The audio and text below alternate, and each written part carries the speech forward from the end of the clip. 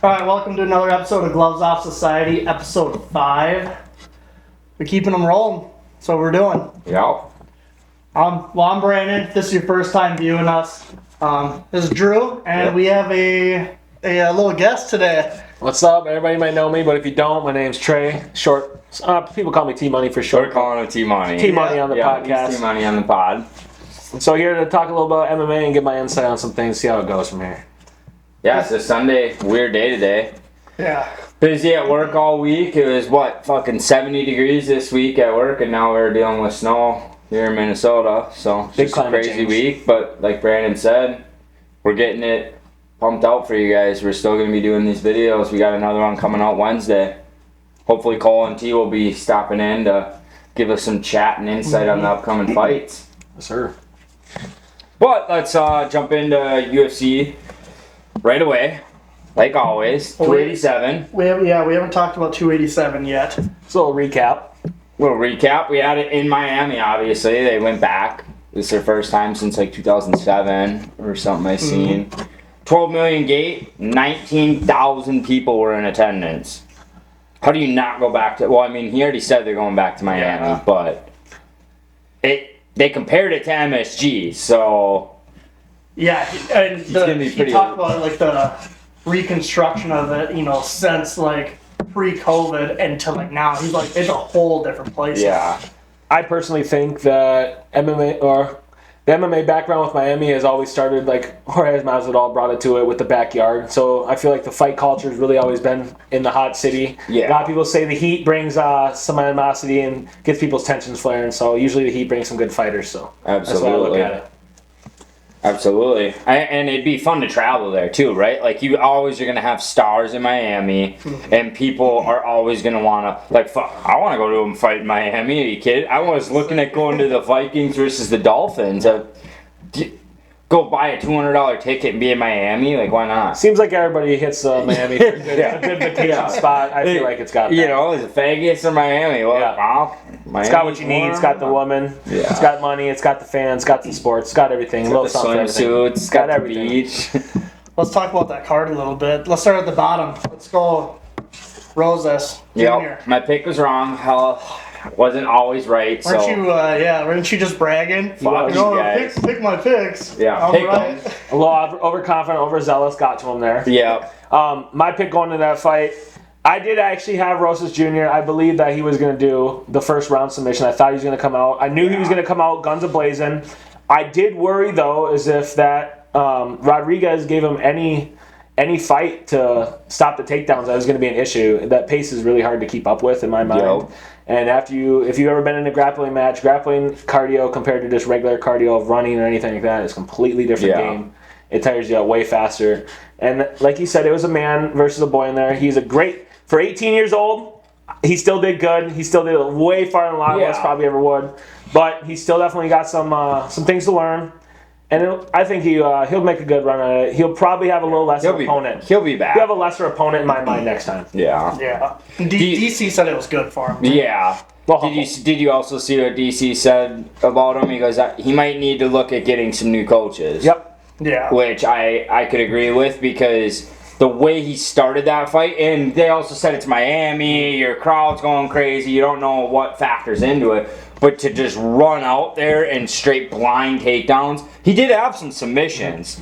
I thought they were on the cage and you see him jump on come his back. over and just boom, jumps. He had some submissions, but he burnt his arms out, unfortunately. Yeah. And I got a question for you guys. Do you think Rodriguez missing weight, and then he had to forfeit 20% of his purse, do you think him missing weight, it was only by a pound, but missing weight, do you think you're a little more fresh, getting a little edge, strength? 1 pound ain't huge. That's what I was I was thinking going to say too. 1 pound ain't huge. That's what people are saying, so I The one insight I will have onto it is going into that fight, I believe when you look at Rodriguez, he was buying a little bit of the hype. He was wondering, man, is this 18-year-old really good as they say he is? He has put a stop to some other good people my age. They're kind of making him look like this unstoppable character. Rodriguez, for a little bit, it seemed like he might have let him get to that. The weight cut might have been hard. But at the end of the day, Rodriguez did show up, show him that he had the better skills, and For sure. came to fight for sure. That was a good fight. It was. Superstar versus half a star. Yeah, you go like the video on TikTok we made. We got a UFC's wrestling rater or whatever, whoever does that part has his ratings as a 5-star, and hopefully they lowered it down. Hopefully they fired him and got a new guy. Yeah, diving, takedowns. Well, your wrestling shouldn't be as good as all the other guys. What do you think? Should we get into Kevin Holland now? Let's go. Yeah. Some big mouth talk. We were right on that one. Yeah. I was right on that one. Maybe not the actual outcome of the fight, but Kevin Holland looks sharp. He's just weird because he's like there, but not quite there. You know what I'm saying? He's such in a weird. He takes weird He's fights though, good, too. but he's like, I don't know, like he starts getting that top tier talent, and it's just like, Not quite. I personally think that it has to do something with his training camp. A lot of the big fights that he's fought have come off not a full training camp. It's usually stepping up. If he does win, don't get me wrong, if he does win those fights, like Chimaev or anything, for some reason, if he did, it would catapult him into superstardom where he might already be in a title fight if he beat Chimaev and anything like that, because right. Oh, he yeah, is a you guy, have to. He's a guy who, no matter, it doesn't seem, even if it's a weight class or maybe 2 up, he'll fight you at a catch weight. They call him Big Mouth for a reason. He's always talking. He's always ready to back up his words, and like that's one of the reasons I believe I like him. I think they need to take the BMF title away from Jorge when he retired now, and kind of give it off to Holland or somebody else. Let somebody else fight for it, because they should do a fight for it. A fight for it at least, for sure. And just Masvidal's retired now. He's out of the game, so you gotta give us some other BMF in my point of view. Yeah, that call out, like you were saying too. He wants him, and he wants to make money off of it, but I don't think... They interviewed Masvidal, and he said, dude, I just don't... When I'm in the cage, I don't feel that spark anymore. When I don't see it coming before like I used to, so I think it'd be a good time to hang it up, which I respect, instead of getting fucking knocked out on 5 more times, you know what I mean? One thing I will say about Kevin Holland's opponent, Santiago. Messed up his name. Ponzinibbio. Apologize for that. Weird name for that. Yeah, it's all right. I believe that was one of the highest calibers. I think Kevin Holland had a lot to prove in that fight. That guy was looking pretty good, pretty unstoppable, always exciting fight. So the fact that he ended it with a knockout with the left hand, it was a funny story. Right, he's a durable guy. If you look at what he's lost by, very durable. He gets knocked out every once in a while, but I mean, very, very durable. He's a tough guy. He's ranked too, right? Yes. Yeah. He was ranked. One thing I feel like a lot of people sleep on is kind of like the Alex Pereira build. You look at Alex Pereira, you go, man, it doesn't look like he's that, doesn't have that strong of a punch, but when that left hand hits you, it puts you to sleep. That's how I kind of feel with Kevin Holland. He's got that lean, long, but his arms are so long, I believe that when he swings, the velocity, his arms kind of reach with that length, connects that power, because like he got the knockout from the ground, one of only 2 off his back, which is pretty insane. He dropped him with the backhand. With the backhand as well, while foot up in the air, which takes incredible skill, power. That's insane. I don't know how you do that. He's good. It's no doubt. He now needs to look at probably getting like a top 10. I think he needs a full training camp. Full training camp, 6 top months. 10. Let me see what you got. Maybe like the number 10 guy. Number 10. That's what get your I'd first like top to see. rank. Yeah. Top 10 rank. Get inside the top 10. Then make some more money again. One or two big fights inside the top 10. For sure, he gets a title shot in my mind, just because he hasn't said no to any fight, and that goes a long way. We all know how Dana White likes when anybody steps up and saves the card in my mind. So, Did you guys see when he jumped the fence and Donald Trump was right there and Mike Tyson? Yeah. I was like, oh my god! I bet they have security was just like, hey, don't be doing no dumb shit, like, because. It still is a very high class, Donald Trump. Like, yes. Yeah. Still, I bet Dana did not like that. He's like, hey, no one else jumps across the fence, and they're gonna get in some trouble. 100%. Still high quality celeb. I thought that was crazy, and he's great. He's a Batman.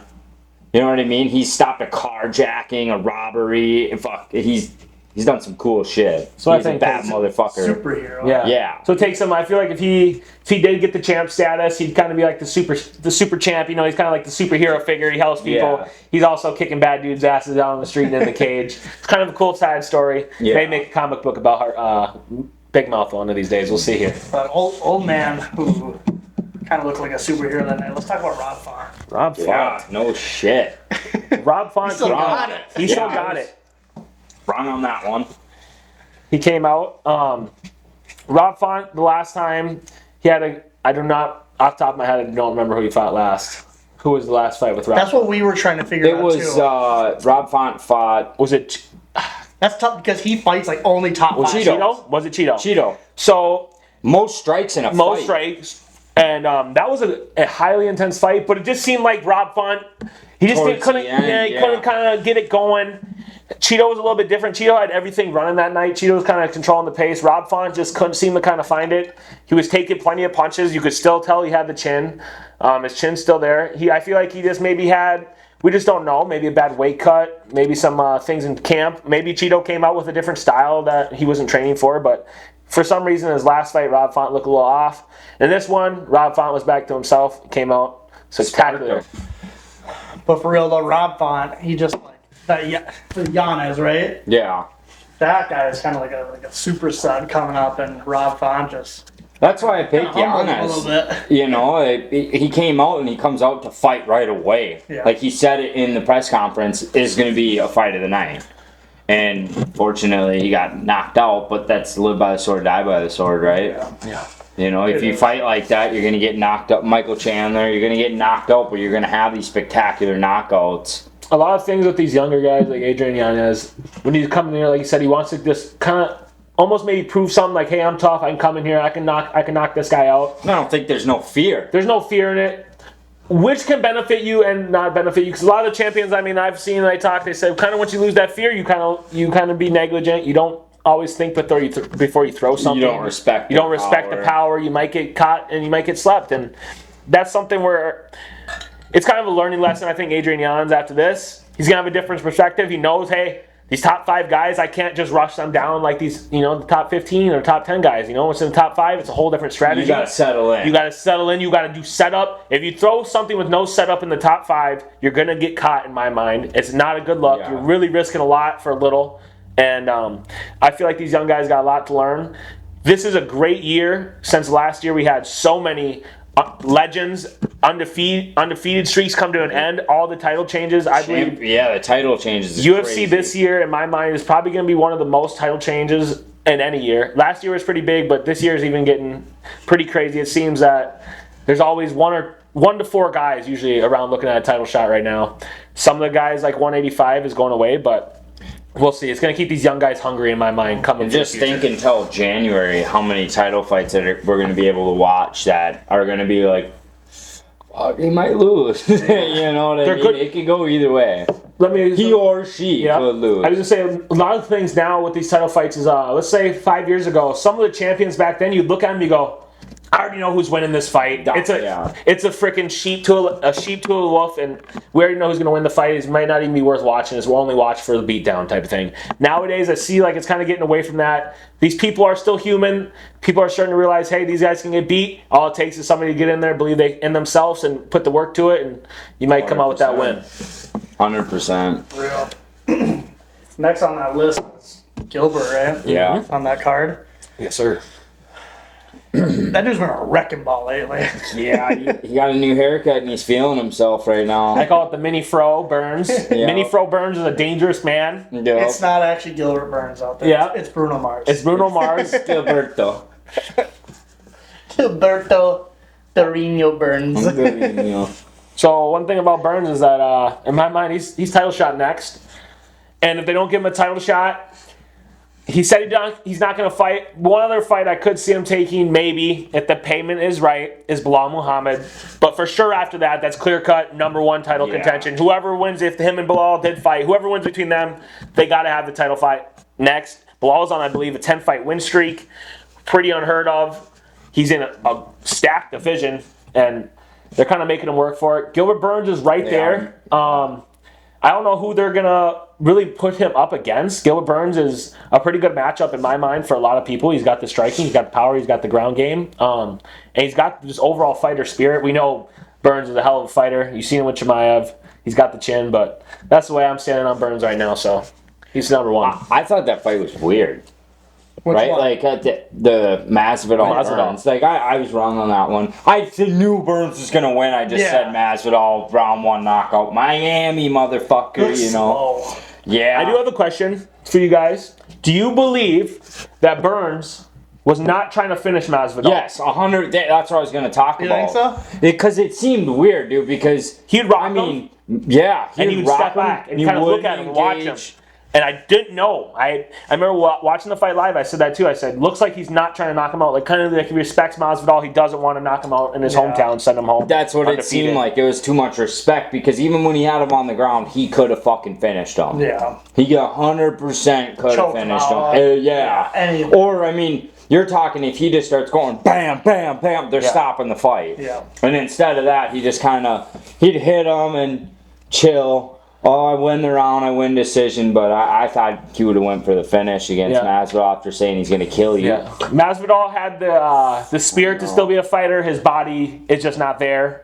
50 pro fights. 50 pro fights, some great wars. Like I said, those are not including the backyard things. That's where you didn't have the doctors. He recovered with McDonald's. He didn't have the best healthcare back then. So those 20 backyard pro fights are probably like another 30 in the UFC with the damage he probably had to take and Bare some other things knuckle. like that. Bare knuckle as well. That's cuts, that's bruises. another thing he said too. He goes, when I hit someone hard, my hands are fucking feel like they're just breaking Yeah. more and more every time. I can't do this shit anymore. And he made his money. He realizes he can't beat these top guys. Says peace out. I got promotions that maybe will get bought out by the UFC because the UFC is going to end up merging into a boxing business as well. I feel in the near future with WWE The huge expanding deal the going on, huge yeah. deal. They're gonna do WWE, UFC, and a boxing promotion that mixes it all up. I believe, I think we're all on the same page. UFC, in my mind, I think they're coming for Showtime boxing. I think coming for it all, I think yeah. they're coming for it all. I feel like they could do it better. I think they're trying to come for all the airtime. What I pointed out is that Friday night SmackDown, Monday Night Raw, you got Friday and Monday covered. Now you have Saturday already with UFC. The only thing that's left to compete with UFC and the WWE is Sundays, and that's football. Football's only on about half the year. The rest of the sports are on all year. So I think they're gonna start doing these fight nights and these lower ranked matches, and next year their contract ends with ESPN, and I think they're gonna sign to like ABC or a TNT or whatever the fuck Live channel. TV. It's gonna be on a live TV. So you don't have to pay. You're not to gonna see pay the free fights. You'll have to pay to watch the good ones, Yeah. but the free fights. That's gonna Wednesday night. You're gonna be sitting down at 7 at dinner and be watching fights. UFC fights. Yep. Who says they just don't do their own thing too? That is very true. Very They true. could. With the amount of producers they already have on WWE and with the UFC, they're probably, in my mind, the fastest growing sport. Also They to are. be watched. It's a fact. They are. I don't really see Right. anything else catching up to them. So with They Brandon took saying over that, with COVID. With Brandon saying that, I highly do believe that with enough people, they have enough people around, enough communication web there to come up with their own maybe streaming service, maybe their own TV channel, maybe just how they used to have this the Zuffa TV where it only would show fighting back then, way back when. Now they might just come out with just the UFC TV and they only show UFC stuff and WWE stuff on that. And you'll be surprised that it might be like a Netflix. You might pay $15 a month. You get everything. You might get, but we'll see. UFC is a little bit iffy on the money in my mind. They don't know where they're kind of price these cards at right now. Yeah, 'cause live TV's kind of just in the rearview mirror now. Yeah. Everything's streaming service Yes. now. Yeah. So like I like what you said. Yeah, they might have their own streaming service come up. So that's definitely in the. I bet you that's in the talks. Ever since this like merge, they've probably already thought about it. Yeah. And now that the merge happened, they're probably like Because they are UFC This is Plus like or ESPN clear Plus. cut. This is gonna happen probably. One thing I will say, it seems that with the WWE and the UFC coming together, I think we're going to see a little bit of spin-off where just yesterday we seen a fighter act like a little bit like he was talking about maybe crossing over to WWE when he retires. Kind of already thinking about farther career plans. Also, we've seen some intros. I don't know if you guys have ever seen some intros on some WWE stuff, but they usually walk in with their song track that they usually pick. They got some highlights going down, blowing up in the back of their feature as they walk in. Looks pretty sweet. They got some big explosions.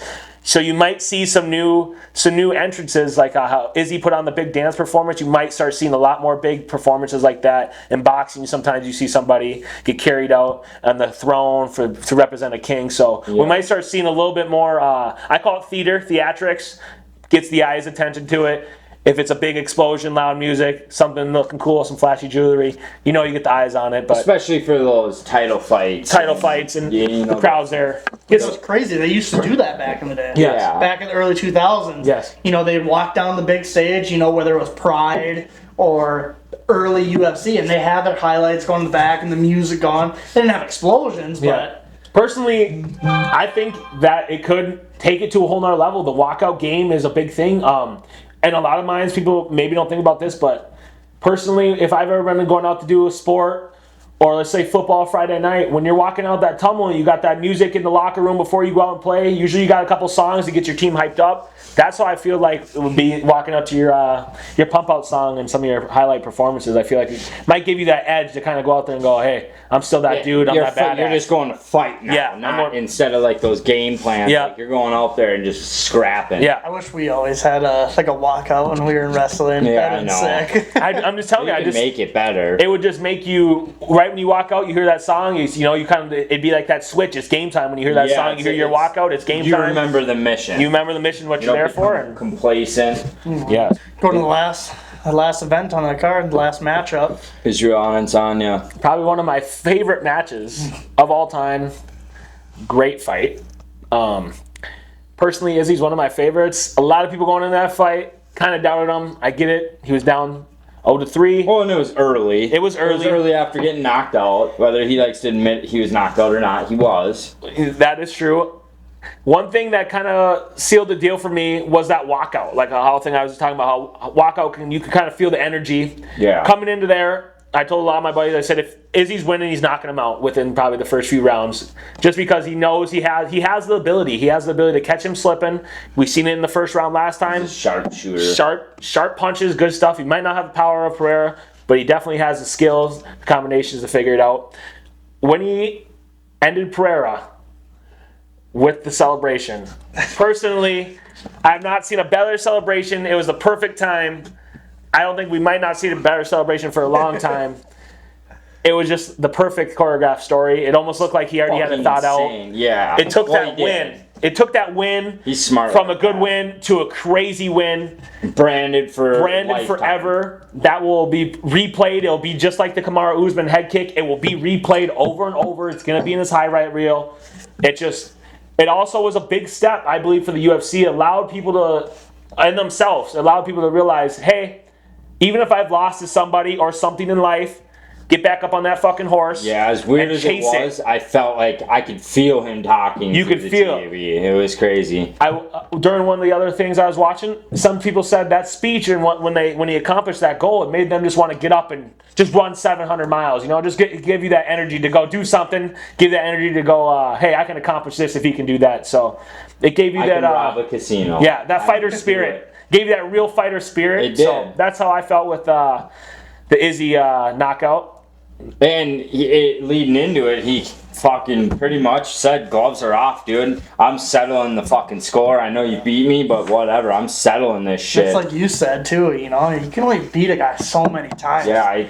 And how similar did it look from when their first title fight in the UFC in the first round? Remember, Izzy hit him that same hit. Same punches. And he did the same thing, ducked, and then... But this time, he's just like, I'm going to hit you again. Yep. Damn. Stepped in and... Pereira did a good job. time, too, though, this time. Pereira did a very good job with coming out with the leg kicks again. He knew, hey, Izzy's fast. I'm going to pressure that leg. Izzy stands front foot on the leg, more of a karate stance. Conor McGregor, a couple other guys, heavy on that front foot. Pereira was doing a great job at slowing Izzy down, giving the match kind of a little bit swaying into his odds. He was landing some big shots as well. Personally, he was hurting them. Do you guys think Izzy did cover up on purpose to trap him in, or was he actually hurt? I think that he was hurt, but not like hurt covering up like I'm about to get knocked out. I think he was hurt and kind of naturally baited it in. Like, it wasn't like they got against the fence and he just went like this. Yeah. Like, he was like, oh, they got hit with a knee and kind of went like this. And then he was like, oh, shit. And he goes, yeah, what's the boom? Comes over the top. You know, I think he and that's what you're talking about with his level of greatness, right? Yeah. He did it with maybe as a game plan, but he knew he picked the right fucking moment when he kind of got hit with a big shot. Because we all watched it live time, like, oh shit. We thought he was And then going down. Oh shit. Well, he played it perfect Yeah. instead of just covering up and then. What Brandon was talking about, if you watch those fights and you watch what round 5, you watch round 5 and how it ended versus round 3 and how it ended, it was the exact same scenario. Pereira checked him with the leg kick. He started walking Izzy down. Izzy got up against the cage. Izzy went into the same mode, shell mode. Yep. I did Covered believe up. for a second. I said, oh, get out of there. You got to get off the fence. I know that's where you didn't want to be. Izzy, there you go again. He proved me wrong. I thought he was in a bad position. Looks like he was in his right element. And Pereira came through. I almost believe that maybe Pereira had that tunnel vision. He, like I said, it was almost the exact same scenario. He thought, man, I finished this guy 2 rounds earlier now. I'm in the exact same position. All I got to do is walk this guy down like I did last time. He's got nothing for me. And that's where I think Izzy kind of caught him with a little bit of a surprise. I think Pereira didn't maybe stop respecting the power after those first few rounds after he didn't get hit and touch those first second fight there. It's like that Chappelle. You know, you always see, you know, Pereira probably, he hits that leg kick and the knee, and it's like that. Gotcha, bitch. And he's like, damn, just Set him up. smokes him. It's a great setup. But this time around, he got that second hit in. And then, I don't know if you see when he was talking, he's like, I didn't need to hit him, you know, again. He goes, but I did. Yeah. Like, he came down, he's like, boom, just hit a hammer fist. Smashed his fucking nose. All right. So, next for Izzy, Dracus Duplessis. You think so? From the sounds of it. Yeah, I think that they're gonna do it just because of what his it is. mouth is. Izzy doesn't want to fight him because he wants to, but he doesn't want to because he knows like this guy hasn't beat anyone, right? So it's like kind of what he was saying with Pereira, that people got pissed off because they're like, you don't get to close the door yet because he's beat you so many times. But he goes, okay, any normal guy in the fucking UFC doesn't get to just skip the line. He got to skip the line because I said he could.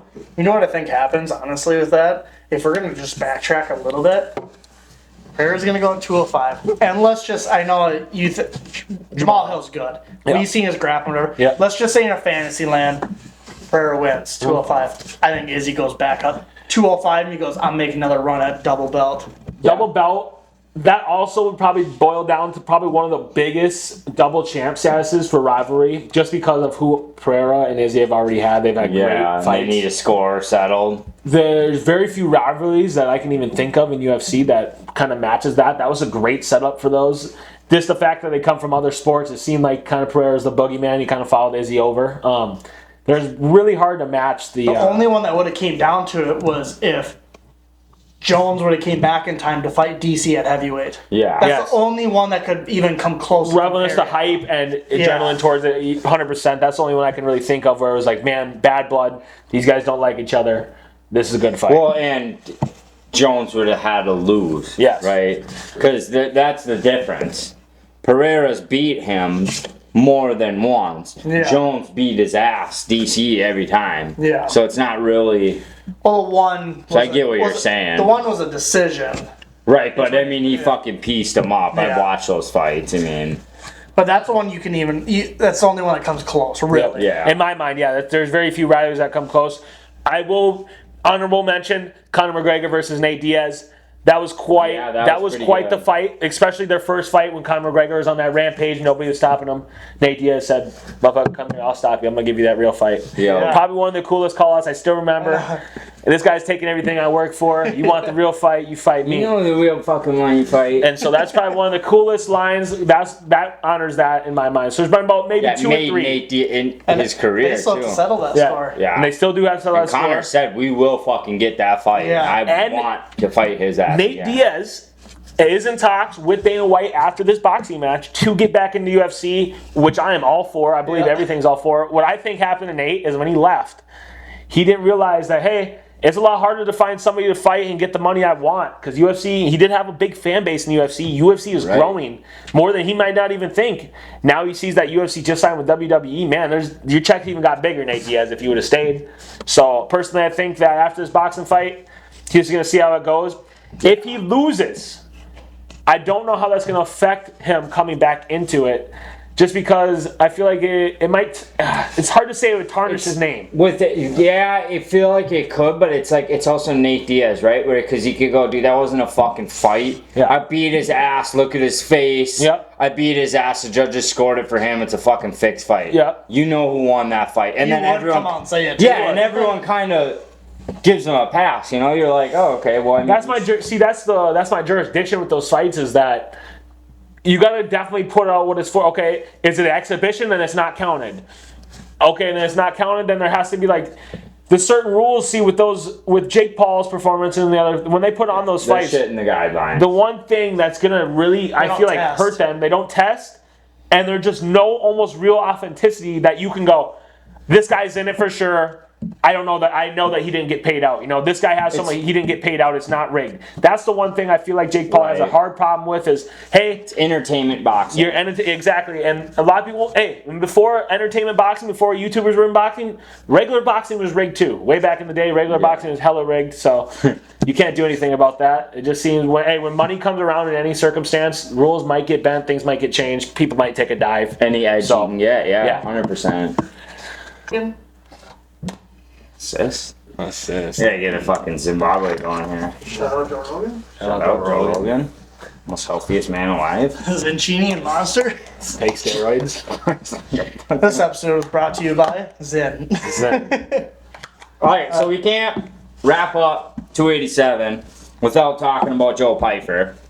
That's the guy I wanted to highlight. Looked like a fucking monster, dude. Joe Pyfer, in my opinion, is quite slept on. People are kind of forgetting who he is, who he was. I believe the man's undefeated in the UFC. I believe he's 4 or 5-0. All knockouts or stoppages. He's quite the animal, He goes in there like you owe him fucking money. for sure. He definitely goes in there like he took something from me, definitely coming to get it back. Last fucking UFC fight, gotta pay the man Oh, off the top, good thing you remembered. on the pod. On the pods, live. But, dude, I just like guys like that come in. This Gerald Mearshart, whatever the fucking weird last name. He's a vet, he's old. He got dumped by Chimaev too, but I just like his attitude on coming in and fucking, you owe me money, I'm beating your ass. Like, he talks about, I want fucking more money, I'm doing this to better my life, so he doesn't go in there and play grab ass, you know? I like that. Does Joe Pyfer fight a top 15 opponent now? I don't think so. Not top I think 15 he's yet? gonna get another guy like At least one more. One like, more. Who would be a good guy like Lee Chang or something? You know, The Leech had about like the 15. Leech or some guys Leech like 15 though. 15, yeah. yeah. So maybe just a little outside, but Leech is like the gatekeeper He in is. the top 15. Yeah. If you can beat him, if you put on a good performance and beat him convincingly, then you're probably already within the top 10. He's a Yeah. pretty solid fighter. He's just had to. that's Leech is the gatekeeper, like you said. He fights those hard fights where he Right. can't run away. I think he could beat a top 15 guy right now, but Pick slow. you know, get another win, some more time. Don't right? rush, If I you know? was him, you got all these round ones. What happens when you get in there and you're Round fucking 3, yeah. round 3? You're like, Some guy gives you a little resistance, dude. yeah. 100%. He might need another fight or two before Yeah. he takes that step up in competition. I hate when people get like rushed, like back on the Raul Rosas Jr. Like let's not rush. Let's Yes. not rush. We've seen too many of those. Darren Till. Yeah. Who's another one? The famous Sage Northcutt from way back in Yeah, the day. like these Probably guys the just most get famous. rushed. yeah. Crazy thing about him, Sage Northcutt, if anybody remembers him, just seen a video not too long ago, about 2 months ago. PFL? He was getting back into the fight game. One championship. He was back to fighting. I don't know if he's fought yet. That was a few months ago. I can't remember. I don't believe he fought yet. But if he wins, you might see a little bit of talk with bringing him back over, depending on how convincing that win is. Sage Northcutt was was supposed to be a He was really young. Big, he was young, right? big He's superstar. Like 21. I believe he started just like Rosas, like 18 years old. He had his first fight though within the UFC, and I forgot what fight they were pushing him for, but it was when he was about 21 years old. They were pushing him for a really big fight. I can't remember off the top of my head, but They got knocked out. Yeah. Oh, he fought. Who is it? The same dude that beat up on that CM Punk or whatever. oh, God, who was that? I know what you're talking about. Oh, Mickey Gall. Yeah, Mickey Gall. Mickey Yeah. Gall. Yeah. Yep, I Mickey remember Gall. that now. Funny thing about Mickey Gall is you don't even see Mickey Gall anymore. He was a good fighter for a few years. He took a couple beatings. He's got the fighter spirit. I just don't know if he had the skill. But yeah, Mickey Gall used to put the hands on kids his age for sure when he was coming up. So Yeah. don't forget about that. Yeah, it was. That Jimmy, yeah, what's that guy's name? The other Irish guy, too. Oh, Ian Gary. Ian Gary. Yeah. He's another young guy who looks very talented, I'm as glad well as they're Joe not Piper. rushing him. They could fight each other. I believe they're in the same weight class. They 170? 170. I do believe. Yeah, I can't remember off the top of my head. Piper was talking about the weight cut, though. He might not be there too much longer. Piper is a big dude when you look at him. He is fighting 170 right now. I believe so, yeah. So 185, Piper does fit in that 185 category, but that's where you see that some of that size that they, look at say Chimaev, like some of that size you see the guys have at 170. When they get up to that 185, they no longer are that big guy in the room anymore. They're about the average size guy. Yeah. So that's where things can change. You take your time. Yeah. Fill out. And one thing that That's fine. We've seen one guy do it, Robert Whittaker. He Yeah. was at John 170. Jones. He was at 170. Alex John Volkanovski. Jones took his sweet-ass time, too. Volkanovski. Seems that some of the best fighters, if they do move up or down weight and they take their time while doing it, not a rush, seems to work out much better Not going for them. title fight, and then Yeah. they go, nope, I'm dropping right back down afterwards. Some guys, I'll give you an example. Dan Hooker, knockout. Cody Garbrandt, knocked out. Yeah. Any guy who seems to try to drop or add weight up, thinking their power is going to carry, and they do it within a fast manner, usually doesn't work out for them. Their body's not ready for it. They're not the same fighter. There's only one guy. Pull who's like, up the kinda done it, video. was We like, don't say that fucking name around here. Who? Garbrandt? Yeah, he needs to retire, dude. Yeah. Yeah, Garbrandt has definitely had his bad thing. Gloves Did he? off. But did he win his last fight though? I believe that I thought he did win his last fight.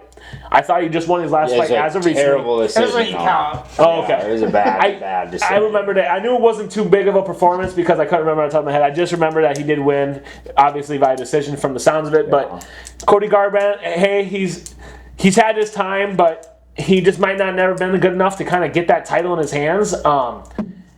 He did have the title in his hands. He had the interim though. Did he have? No, it was just one time he beat Cruz. Cruz, yeah, and then just got his shit kicked in. All right, my TJ apologies. Dillashaw. It's fine. That's how Little the time span was. And I actually remember now you said that Dominic Cruz fight. That was when Dominic Cruz, everybody was talking about how good Dominic Cruz was, how smooth he was. He was a boogeyman. How good of Dominic Cruz was as a fighter. He was winning a lot of fights. Cody Garbrandt went in there. Probably the best Garbrandt we've ever seen. Probably might ever see. Shit. And Garbrandt was doing the robot around him. That was when Garbrandt was the shit. Now Garbrandt kind of lost that the sizzle. We'll see what happens, but he's looking not too good from the here on out. Yeah, another guy we want to talk about here is Kevin Gastelum. The Bull is back. Good. You can keep going. The Bull is back in my I mind. just looked over and I seen the fucking... What did it say? No, it was the islands and shit. So I don't know how that's not been on there, but... Go. Kevin Gastelum, the Bull is back in my mind. He showed, hey, I took a long layoff, but I'm definitely still here to fight. He's only like 31. 31 years old. He did have a shoulder surgery. He's back though. He looked pretty good. He was pushing the fight. The old Fight Kevin of the Gastelum. night. You got an extra 50 grand. Extra 50 grand. It's That always gonna Curtis feel good. dude's a fucking... Curtis is a He's machine. tank, too. He trained with Sean he beat Strickland. a good guy. Curtis Blades is a hungry young dude. He trains with some good fighters. He trained with Sean Strickland. He trained with Marvin Vittori. He trains with some real gangsters, I like to say, over at their gym. They got Sean Strickland a bottle of Hennessy, and they like to keep it gangster, as we like to say, over at that gym. So Curtis Blades is a tough fight. Kevin Gastelum just brought it to him, though. I feel like a lot of people look at Kevin Gastelum and go, hey, he's a good fighter, but he doesn't look like he has that heart. He may not have that fight and that drive, but It seems when you hit I him. like his style. When you hit him, he seems to come alive. He's in and out. Yeah, it's like bap, bap, bap. he seems to come alive. Like, you might have to take his style. You got kind of his body build. He's got the body build. just- but yeah, He's a good wrestler too. he's a very good he's wrestler. bouncing on his toes. And you can't forget that Mexican blood runs deep in him too. He talks about it. Yes. Dude. He fucking, you punch him, he eats it. I mean, you seen him with Izzy. Falls down and then they're still wrestling around. He stands up, they're fighting, he just gets tagged right in the face. Just looks at He's got that fight, man. When he gets dropped, he gets back up. He doesn't take the easy way That out. was such a good fight. Yeah, that was one of Izzy's probably most memorable fights when he said, "Hey, I'm willing to die in the cage." You read his lips in that cage, and that was one of the best fights Kevin Gossam had. But after that, I don't know if that was a fight that really hurt Kevin Gossam, but we kind of lost a little bit of Kevin Gossam for a while. Now he's back. He said, "Hey, I'm back. Hear me out.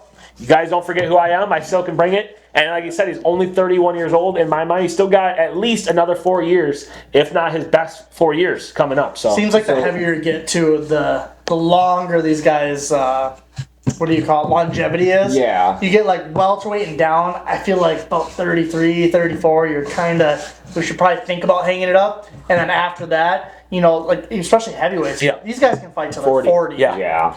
a lot of the times I I think it's it's just the violence. the violence, also the killing of their bodies. Some of those guys, I mean, Yeah, the they're smaller cutting weights, they're fucking cutting 20, 30, maybe 40 pounds for some of these guys if they're really good and believe in their skills. But sometimes, personally, I would try to always fight around within 10 to 15 pounds within your body weight. Because at No least more than 15. No more than 15, because I believe at least half of that will be water weight. So the other 7-8 pounds is going to be actually hard work, fat, sweat, get it out. But the rest of that, water weight. This is what a lot of people don't understand, is that when you're cutting weight, it will take away from your chin. It takes away from a lot of things. You'll feel fatigued faster. Things won't feel right. Your brain. Your brain. You don't think as well. You're not thinking as Knocked clearly. out easy. Just like when you miss if you don't get much sleep, Dehydrated. you went, 2 days working hard, you don't get much sleep, you wake up on that third day, you feel a little groggy, you feel a little shitty, you feel like you need a little pep in your step. Even when you drink that Monster that next morning, it doesn't help you that much, you still feel like shit. So Throws a genie in. that's what happens when you get dehydrated.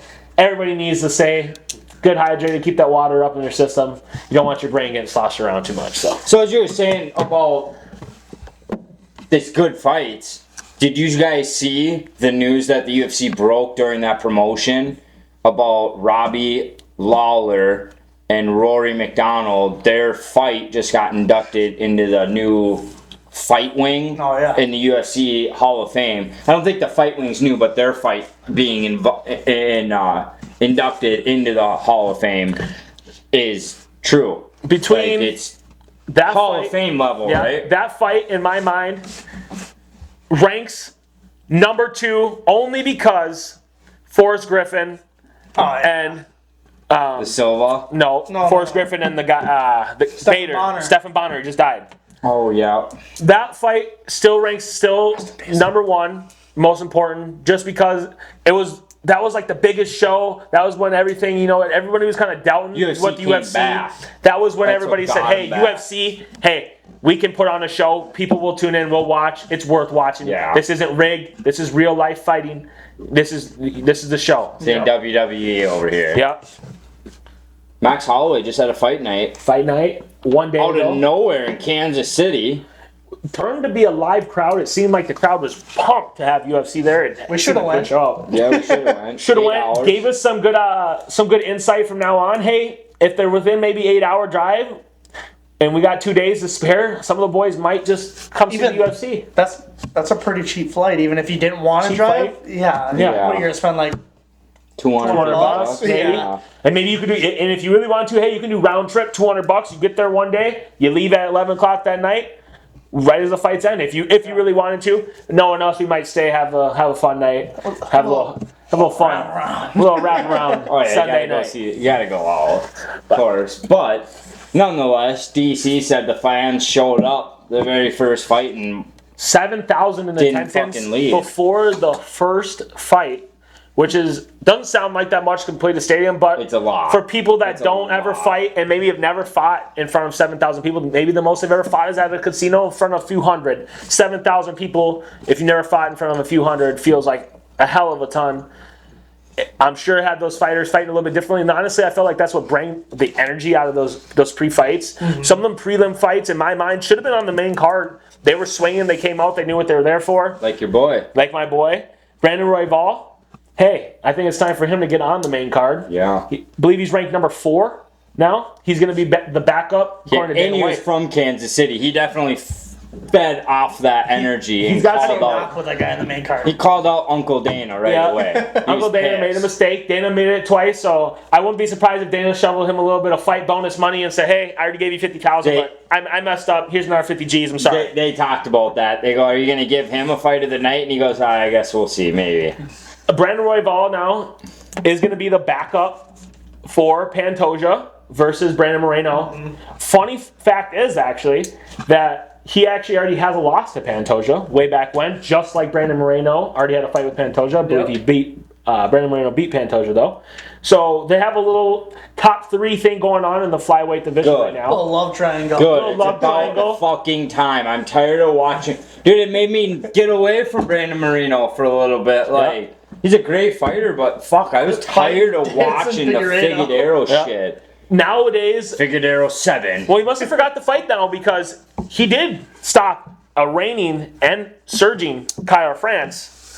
Put him, Yeah, put him he down. put his ass out pretty And kind quick. of solidified, hey, yeah, I know I've been fighting Figueiredo, I'm getting bored, but hey, I can still step around, knock this number 1 or 2 guy off anytime. Yeah. Hey, this is still on top. And of I the mountain. like Kai Kara. He's And just Kyle too Kara small. fans he still has a better chance. Personally, I think he needs to insight a little bit more of that wrestling.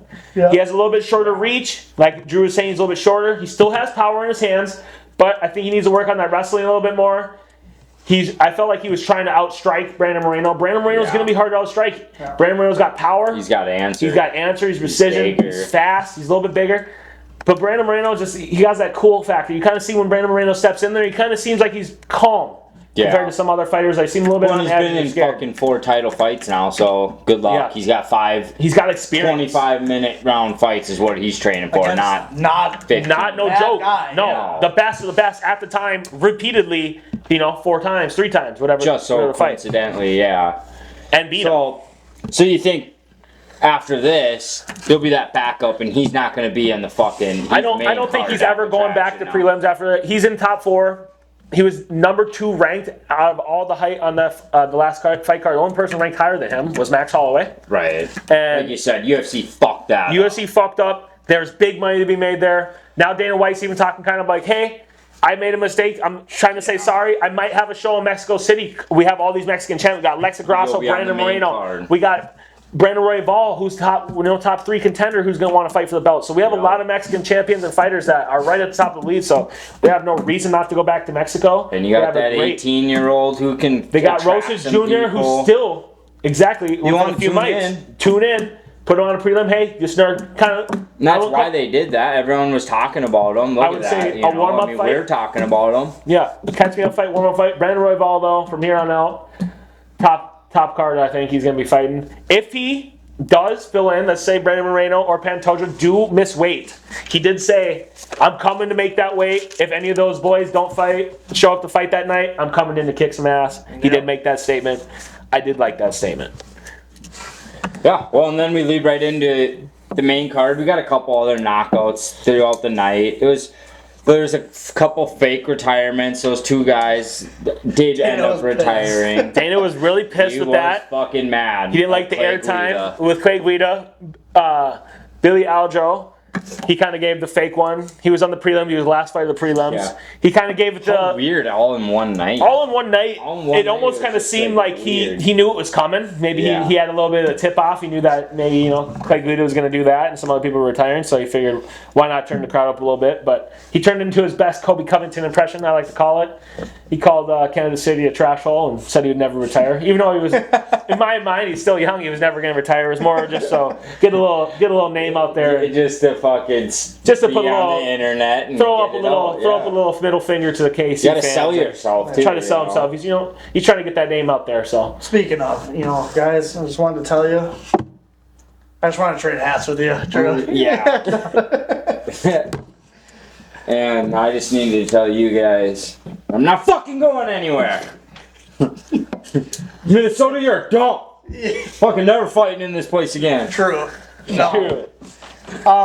But the real, let's get into the real controversy. It's not really controversy because he won, but like with Max Holloway beating Arnold Allen, what do you do next? First of all, we can't forget that he just broke the UFC record for most significant strikes ever in UFC Over history. 3,000. He's landed over 3,000 punches. Insane, right? We watched the Calvin Kattar fight, rewatched it back this morning, and dude is just fucking pop, pop, pop, pop, pop, pop, pop, pop, pop, pop, pop, nonsense. He had 85 significant strikes in round 3. Yeah.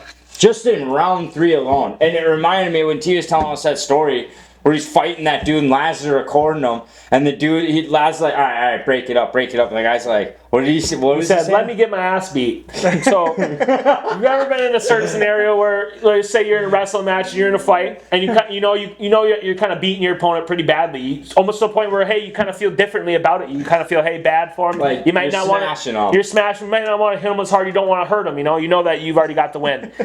Well, some guys just have that fighter spirit in them, and they don't want to take the loss until you give it to them. So Let me get my ass beat, bro. That's what they did with during one of the Kattar. circumstances, he had to get his ass beat after he asked me. It was a little weird circumstance. So T-Money had to show him what he's made of. some people like to get their ass beat before they take the lesson. So Max Holloway, just like me, is good at dishing out some lessons, feeding you the fucking fist for dinner, and showing some people, hey, I still got the best boxing in the UFC. I'm still here. In my mind, Max Holloway, he's got one more fight For Volk? before he can get that Volk rematch for sure. If he beats the next dude, whoever steps up to Max, he beats that dude convincingly. I don't think you can walk away from the fourth rematch. Adesanya just showed, hey, I lost to a guy 3 times. Volkanovski's beat Max Holloway 3 times. Who just said he can't do it a fourth now? Yeah, I feel like he's going to be motivated. Would beat the shit out of Kattar, and he beat the fuck out of Yair. Yair. And he said, I think Yair is going to pose a problem for Volk. It's going to be a problem, but after seeing him fight fucking Josh Emmett? Islam, I'm going to be like, yeah, I don't know. Also, he didn't have to cut weight for that fight, though. Yeah. Right? So it's a little bit different. He's got to make the weight a little bit different, you know? A lot of things that, like you said, after that fight with Volk and Volk really made even a better name for himself, kind of more of the, hey, don't fuck with me. I can go up a weight class that everybody's afraid of, stand toe-to-toe with this guy, not get finished, almost finish him. So, and in his own game on the ground where everybody thought he was going to get smashed. But I tell you what, right now, if Max Holloway in that fight, which will get relined back up, I'm hammering Max Holloway. I know I had a couple picks that were wrong. This one isn't going to be fucking wrong. I'm hammering Max Holloway because of what I've said and the pattern that has been shown. It's super fucking hard to beat the same person.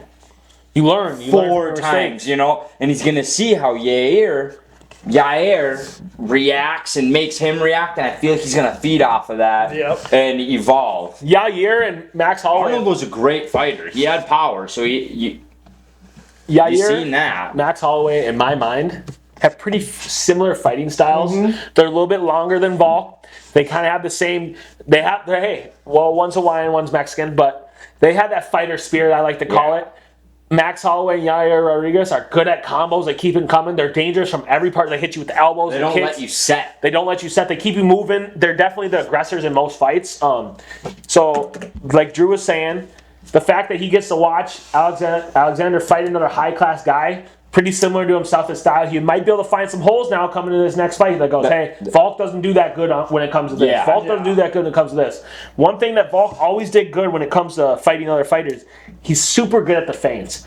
So when people think they're going to counter, they're waiting for the counter, but they just don't know what's a real punch and what's not. Yeah. Volk is super good. He ducks his head, he sways, he keeps his head moving. He's a little bit smaller of a target, but he keeps it moving, so it's even harder to touch him. Hopefully, we'll see a different outcome, because that second fight they had, it was really close. People were Max Holloway, he won. I thought Max did. But then he's seen the third one, and then the counters. Volk was just on top. But now that he's had a few title fights, and you just like you said, it's hard to beat someone so many times. And I don't know. I agree. I think we're all in agreement that we might see a different outcome for that. Yeah, I think so too. It's gonna be tough to beat them. But what do you think? We're wrapping her up. Yeah. Yeah. It's been a long We're one. our this time. first guest, T-Money. Thanks for having me. Thanks for coming Appreciate on, you man. guys. First guest in the Let podcast. let us Sweet. know what you guys thought. Well, we can have T-Money around all the time. Let us know what you guys think. Give us some thumbs up. Give us some comments. Give us some feedback in the comments. Drop it Make down. sure to share to you guys' friends any upcoming fights. We will be covering them. Covering them. So I mean, that's another episode of Gloves Off Society. Take care. Brandon. See you on the next one. See you on the next one.